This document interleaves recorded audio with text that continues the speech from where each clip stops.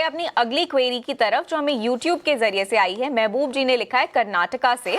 इनकी क्वेरी है लक्ष्मीकांत, टाटा मोटर्स को लेकर इनके पास लगभग 724 शेयर्स है 361 के प्राइस पे।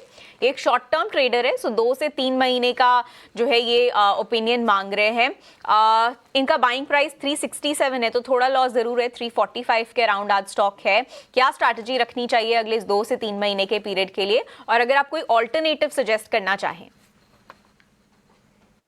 टाटा मोटर काफी लंबे समय से अंडर परफॉर्मर रहा है। निफ्टी ऑटो इंडेक्स में है तो हमें अच्छे खासे हाई और अच्छे खासे पॉजिटिव सेंटिमेंट देखने को मिले हैं। बट अगर हम टाटा मोटर्स की बात करें तो अभी भी इसमें अंडर परफॉर्मेंस कंटिन्यू है। डेली और वीकली चार्ट्स पे लोअर टॉप लोअर बॉटम के फॉर्मेशन नजर आ रहे हैं। ये स्टॉक अपने अगर वीकली चार्ट्स पर भी अपने सभी की मूविंग एवरेज के नीचे ही सस्टेन करता हुआ नजर आ रहा है, तो ओवरऑल सेंटिमेंट हमें तो बेरिश नजर आ रहे हैं। तो अच्छा होगा यहाँ से एग्जिट करके अगर वो दूसरे किसी आउट परफॉर्मेंस स्टॉक पे लगाएंगे। जैसे कि अगर हम इनको सलाह देंगे तो अशोक लेलैंड, जिसमें हमें अच्छे खासे अपसाइड के मूव पहले भी देखने को मिले थे, और ये स्टॉक अभी भी आउट परफॉर्मेंस देता हुआ दिखाई दे रहा है। करंट लेवल्स भी हमें उम्मीद है कि 178 180 के लेवल्स अशोक लेलैंड में देखने को मिल सकते हैं। इसके अलावा आइशर मोटर है, जहां पर हमें तेजी देखने को मिल सकती है। एम है। तो मुझे लगता है कि ऑटो सेक्टर्स में ही टाटा मोटर्स के अलावा और कई ऐसे स्टॉक जहां पर आने वाले समय में तेजी रहेगी, तो वहां से एग्जिट होकर अगर ये अपना निवेश अशोक लेलैंड में, महिंद्रा एंड महिंद्रा में या आयशर मोटर में करते हैं, तो ये ज्यादा बेहतर विकल्प नजर आते हैं जहां पे इनको आने वाले समय में रिटर्न मिल सकता है।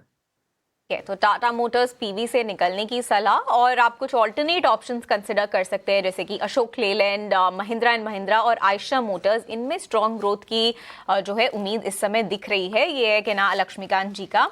तो ये थी ऑटो स्टॉक पर उनकी राय। अब चलते हैं अपने अगले कॉलर की तरफ। मुकेश भारद्वाज जी हमारे साथ जुड़ रहे हैं। Mukesh, good afternoon. बताइए आप कहाँ से बात कर रहे हैं और किस स्टॉक पर है आपकी मैडम, क्वेरी? मैं दिल्ली से बात कर रहा हूँ मैं। जी। तो मैं कंटिन्यू ईटीएस का चेक देखता रहता हूँ। मुझे एक सवाल पूछना है। जेएसडब्ल्यू मैंने जेडब्ल्यू सॉरी वो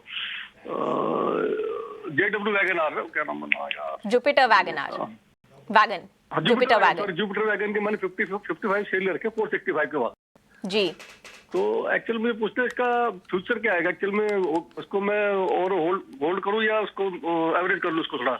जी, आपने काफी हाई प्राइस पे खरीदा है। आपने पहले कभी बीच में निकलने की के बारे में नहीं सोचा, क्योंकि आपको काफी नुकसान आप इस समय झेल रहे हाँ, हैं? बीच में सोचा था मैडम, जब 500 लास्ट का भाव आया था मैं निकल जाऊँ, लेकिन मैं सोचा चलो अभी रहने दो, होल्ड कर रखे, नुकसान हो रहा है ज्यादा ना, अब क्या करना चाहिए उसका। जी। जी, ठीक है।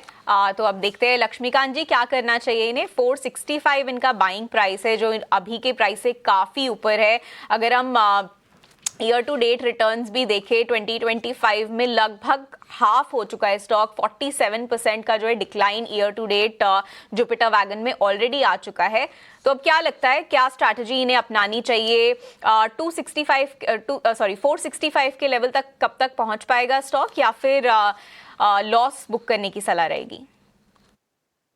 देखिए, स्टॉक्स में अभी भी मल्टीपल हर्डल बनते हुए दिखाई दे रहे हैं। स्टॉक्स में पहले ही अच्छे खासे ब्रेकडाउन हम देख चुके हैं, और उसी के मद्देनजर यहाँ पर हमें मंथली चार्ट्स पर लोअर टॉप्स लोअर बॉटम के फॉर्मेशन भी नजर आ रहे हैं। बट अभी फिलहाल अगर इस स्टॉक को मंथली चार्ट्स पर देख रहा हूँ, तो एक 50 मंथ का मूविंग एवरेज दिखाई दे रहा है मुझे, जो कि अभी इसके जो प्राइजेस है उसी एवरेज के पास ही ट्रेड कर रहे हैं। तो एक शॉर्ट टर्म पुल बैक की उम्मीद की जा सकती है यहाँ से टुवर्ड दी लेवल्स ऑफ 285 290। तो मुझे लगता है कि एक शॉर्ट टर्म बाउंस बैक हमें देखने को मिल सकता है। बट जहां से इन्होंने इस प्राइस को, इस स्टॉक को बाय करके रखा हुआ है, वहां तक पहुंचने की उम्मीद बहुत ही कम नजर आ रही है। तो अगर ये जो पुल बैक मूव आता है इसका अगर ये यूज करें और 275 280 के जोन के आसपास अगर एग्जिट करेंगे तो ज्यादा बेहतर होगा। और इसके फिर दूसरे कई स्टॉक हैं जहां पर अगर निवेश करेंगे तो ज्यादा बेहतर रहेगा।